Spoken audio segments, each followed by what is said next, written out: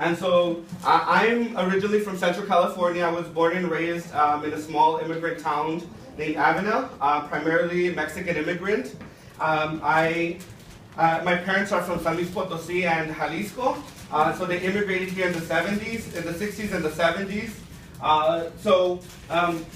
Most of my family are campesinos. So I grew up with my parents being farm workers and sometimes being taken to the fields and watch them do farm labor. So I always talk about my first kind of race consciousness happening there. So one of the things that I noticed as a child was when I was watching my parents pick crops was that there was a difference between all the little brown people picking crops and the ranch owner, right? The white ranch owner.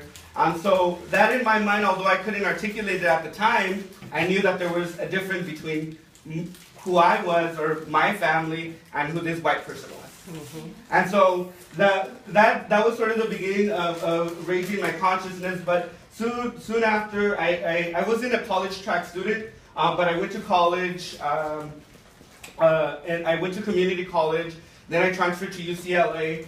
And at UCLA, it's where I began to become more critical, aware, and be active in terms of working on changing the world, right? Changing injustices. And one of the reasons that happened was that I began to ask the question is, why out of the 32 cousins that I have, am I the first one to go to four-year university?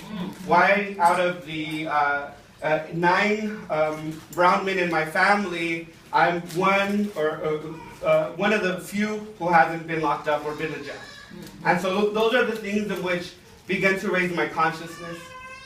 So, en empezar a hablar de por qué estoy